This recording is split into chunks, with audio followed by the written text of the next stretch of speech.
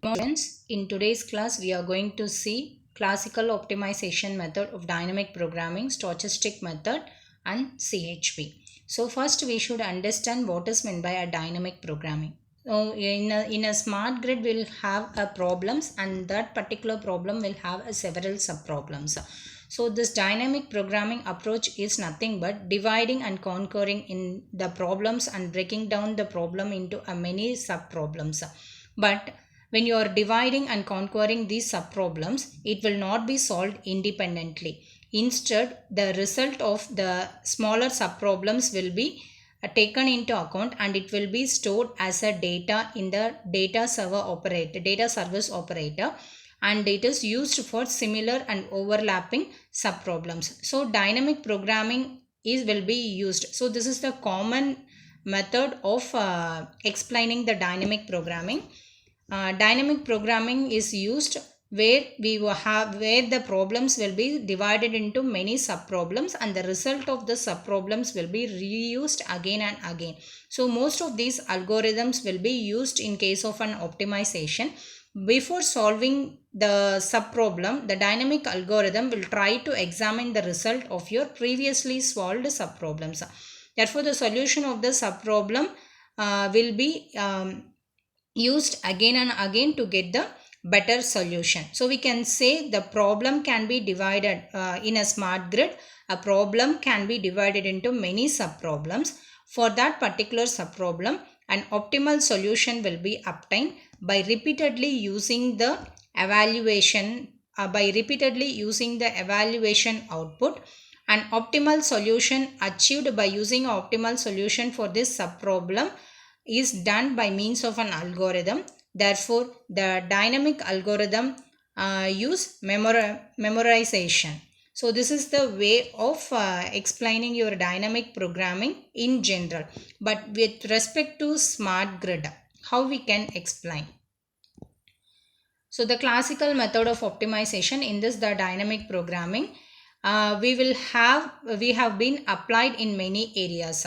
So when you consider this dynamic programming method applied to smart grid, in a smart grid will contain many problems. So the problem could occur at the input side, or the problem could occur at the output side, or at the intermediate side, or on the feedback side. Whatever it may be, for a problem will have many subproblems. For example, if you are considering a renewable energy resources, the output of the renewable energy resources is going to be the voltage, current and power.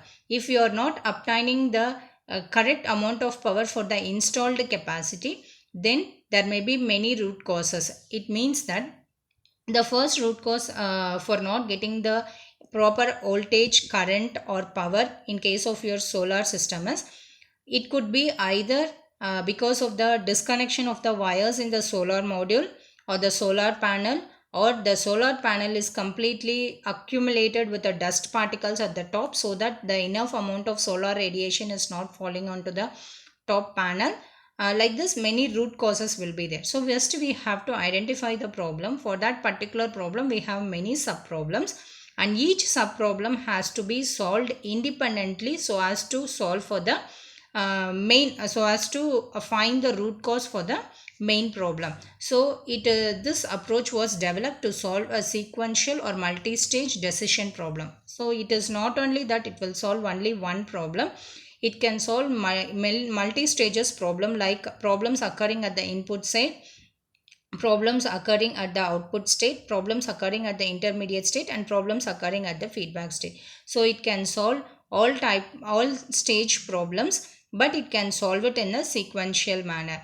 But when you are using this method, this method will be numerically computed to obtain the optimal solution, and analytically the analysis will be done in order to obtain the optimum policy. So under various assumptions of the rewards and the transition probabilities, this dynamic programming optimal policy will be framed. The one such technique is going to be the stochastic dynamic programming will be considered, and it will be discussed in the later session. But the problems has to be analyzed in the deterministic settings, and also the distribution of the problems should have the random qualities. Therefore, the adaptive estimation of the method is necessary in case of your dynamic programming model. Basically, your dynamic programming model will solve a multivariable problem. So when you are finding out the objective function, the objective function framed, it should be a multi-stage objective function. That is, the function frame should focus onto the multi-stage problem, and this multi-stage problem is solved by a series of single variable problem. So it has to be solved sequentially, and also it should be solved by using a single variable problem, and this is achieved by tandem projection on the space of each of these variable. So we have explained one such example for the solar PV panel system. Other words, what we can do is first onto the subset of the variable, then onto the subset of these, and so on. Like a problem will have, one problem will have many subproblems, and this subproblems will have subproblems. So each problem will be solved based on the subset of the variables and then subset of these, and so on. So like this it will be going on to solve the main problem. This is the technique that we are going to follow it under dynamic programming method. And it is a candidate optimization technique for handling the time variability and noise in objection and constraint optimization problem. The main aim for writing the algorithm is we have to frame the optimization technique in a smart grid. In this dynamic programming, problems are divided into subproblems, subproblems are divided into subproblems, and for each there will be a objective function. The objective function return is going to be the multi-stage objective function, where it is going to find the solution for the multi-stage problems. But each problem will be solved in series or it will be solved in sequential. It can be handled for time variability, and if any disturbances is occurring in the objective function while solving, numerically first it will be solved, and then the solution will be analyzed analytically, so that whether the required optimization output has been achieved or not. It will be later decided after analyzing the technique.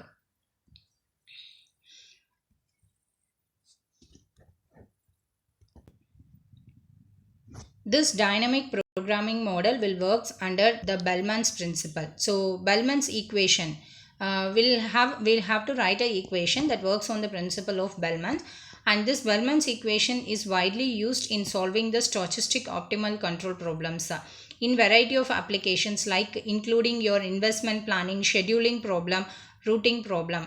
Like we need to build the equation based on this particular principle in order to solve the stochastic optimal control problems in variety of applications like asset estimation and optimization, investment planning, scheduling, and scheduling problem and routing problem. So in all these techniques we'll be using this Bellman's principle. What is meant by Bellman's principle? It works under the principle of optimality. It works under the principle of optimality.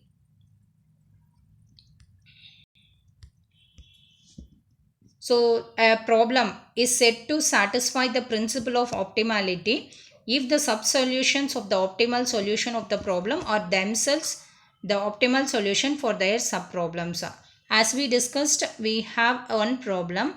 Each problem will have one subproblems. So each problem will have many subproblems. So the subproblem will have one optimal solution. Each subproblem will have one optimal solution. When the optimal solution of each subproblem is going to be the solution for themselves, then the optimal solution of the optimal solution for their subproblem. For example, the shortest path problem will satisfy the principle of optimality. So the shortest path problem satisfies the principle of optimality in the sense, it is because if your variable, if a variable x1, x2, x3 and it goes on till xn. So if it is going to be the shortest path from node A to node B. So if this x1, x2, x3, x4 up to xn, if this is going to be the shortest path from node A to node B in a graph, then your portion of your xi and to xj, that is when it is traversing from xi to xj on this path, It is going to be a shortest path from xi to xj. In an example, we will be having many variables, that is x1, x2, x3, x4, xn. So all these are going to be as subproblems for a problem. If it is going to traverse from node A to node B, then portion of the factor xi to xj, then the portion of the factor xi to xj will frame the shortest path from xi to xj. Then the longest path problem. First one is going to be the shortest path problem and the next one is going to be the longest path problem. So the longest path problem will not satisfy your principle of optimality. Bellman's principle means it will satisfy your principle of optimality. The principle of optimality, it is applicable only for shortest path problem.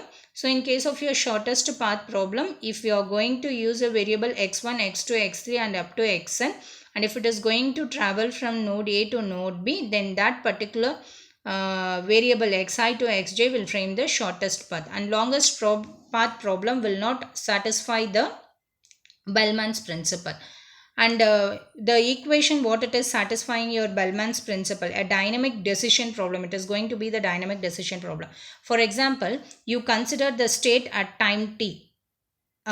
You consider one state variable at time t which is going to be x of t. Suppose if you wanted to frame a decision for a decision that begins at time t is equal to 0, then the initial state is going to be x of 0. At any time, the set of possible action will depend upon the current state.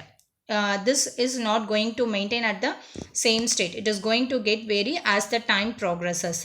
Therefore, the possible action of getting the state variable will change according to the current state. So we can write the Bellman's equation as A of t. A of t is going to be the node at time t which is belonging to your factor x of t. X of t in the sense at time t what is the present state variable what we are going to obtain it. This is going to be the dynamic decision problem. And Bellman's principle of optimality, what it says in the sense, the problem will be in this Bellman's principle, a problem will be subdivided into many sub-problems, and for each smaller problems we will be identifying the optimal solution by using this principle of optimality, that is by using this Bellman's principle. What the principle of optimality says in the sense, it will be having an optimal policy where like whatever will have a initial state, you will have a initial state and initial decision. First you have to take the property of initial state and initial decision, and the remaining decision, like if x0 is going to be the initial state, x1, x2, x3, and the remaining decision with respect to xd1, xd2, it will be taken based on the first decision what it has taken. That is known as your Bellman's principle. Here the common techniques that are derived from the Bellman's principle is going to be backward and forward recursion or lookup table, calculus based composition. Both techniques will have a drawback of curse of dimensionality, and thus they are not suitable for large and complex power system. Mostly this Bellman's power system is going to focus only on shortest problem path, not on longer path. The different steps of obtaining the dynamic programming model. So we have, based on this, we have a different steps for obtaining the dynamic programming model. First we will be writing the mathematical notation. Here we have a lookup table, right? So before getting into the lookup table, we will be writing a mathematical notation that is focusing on mathematical notation. We'll be writing a multi-objective function x which focuses on your main problem, that is x1, x2 up to xn is going to be your main problem, and also it is going to focus on sub problems, that is x11, x12, and it goes on till xn1.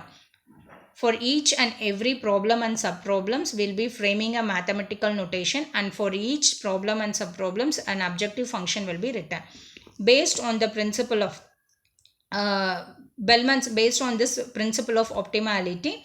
Then we need to satisfy, we have to prove that the return equation satisfies the principle of optimality. That is, whatever equation we have written for the problem and subproblems, this should satisfy the principle of optimality. That is, it should satisfy the of Bellman's principle. Then we have to develop a recurrence relation between one variable to other variable. If you are having a problem and subproblem, between the subproblem and the problem, we have to develop a recurrence relation that satisfies the solution and its subsolution. Then we need to write the algorithm to compute that recurrent solution. This is the basic steps that we will follow it when writing the dynamic programming method. Next one is going to be the stochastic programming and chance constraint programming. So the stochastic programming will solve the linear problems where the uncertainty assumption is going to be badly violated with respect to some parameter, and it must be treated explicitly as a random variable. So in case of uncertainties that is occurring in the system, we have to be consider that particular variation as a common factor, and we have to take it serious when it is going to violate any of the rules that has been framed in the circuit. There are two ways of handling that stochastic programming, linear programming method. The first one is going to be the stochastic programming, and the second one is going to be the chance constraint programming. So these two methods will handle the linear programming method. Stochastic programming requires all constraints to hold with probability, whereas this chance constraint programming will permit only small probability of varying any functional constraint. So here the stochastic programming will hold all the variables with all its probabilities, whereas this chance constraint programming will have a small probability of varying the validity of any functional constraints. Then how we are going to formulate the stochastic programming model? Now if you consider z is equal to summation cj xj between the limits 1 and n, but we can replace this z by small deterministic function. So we can pose this e of z is equal to summation cj xj between the limit 1 to n. If you are considering the maximum possible programming limit is from z is equal to summation cj and xj between its limits 1 to n, then we can replace this z by some deterministic function. So if you are replacing, you will get e of z, because this is not going to be the formulated function. So after formulated, this z will be getting e of z between the limits 1 to n. Similarly, when you are having the function constraints summation aij and xj is less than or equal to bj for I is equal to 1 to m, then the solution will require a feasibility requirement of the constraint for all possible combination of aij, bj, which must be assigned to xj. This is the formulation of your stochastic programming upon the problem occurred. The problem is solved in the two category. First one is going to be one stage problem. In this, here aij, bj are going to be the random variable, and mutual, because here here we are going to play only with the two terms, that is aij and bj, varying the value from 1 to n, varying the z value from 1 to 1 to n, and varying the j between 1 to m. So this is going to be, we are going to play only with these two terms. Therefore here aij and bj are going to be the random variable, and this aij and bj should satisfy aij xj should be less than or equal to minimum value of bj. So this should satisfy this equation, and both are mutually independent. And in case of your multi-stage problem, we have xj having more than 2 points in the time stage. Xj will be having more than 2 points in the time stage, whereas here xj will have only 1 point in the time stage. Xj will be the first variable, others are second variable, and so on. So the method is based on the first obtaining the first time and the subsequent time depending on what happens in the preceding stage. In case of your single stage problem, it should satisfy this equation. In this, the xj will have only 1 point at the time stage, Whereas in case of your multi-stage problem, it is going to have more than one point, two or more than more points at time stages. Therefore, what we can do is, here we'll be getting one solution, and when we are getting the next solution, then that solution will be the subsequent solution for the previous one. So it means that whatever we are going to obtain it for the first time, and in the next subsequent stages, it depends upon the preceding state, it depends upon your previous state. That is your multi-stage problem. So this is how we can solve it, the problems. And when some parameters like random variables EV and the stochastic programming formulation requires that all the function constraints must hold for all possible combination of values for RV parameter. This is how you can solve the stochastic programming model. And normally when you choose, they are normally chosen. So the variables whatever here we have discussed, so it is normally chosen very close to the one. Therefore a non-negative solution like x1 x2 up to xn is considered feasible if and only the parameter summation aij xj is less than bj, which is greater than alpha 1 for n is equal to 1 2 3 4 and up to n. So here we are going to focus on two variables aij, bj at time factor xj. It could be solved by one stage problem or multi-stage problem. In one stage problem, your xj is going to have only 1 point for the time stage, whereas in case of your multi-stage problem, your xj is going to have 2 or more points at the time stage, and it has to satisfy all this equation. This is how we can obtain the optimization technique in a smart grid by using stochastic programming model and CCP formulation technique. Thank you, students.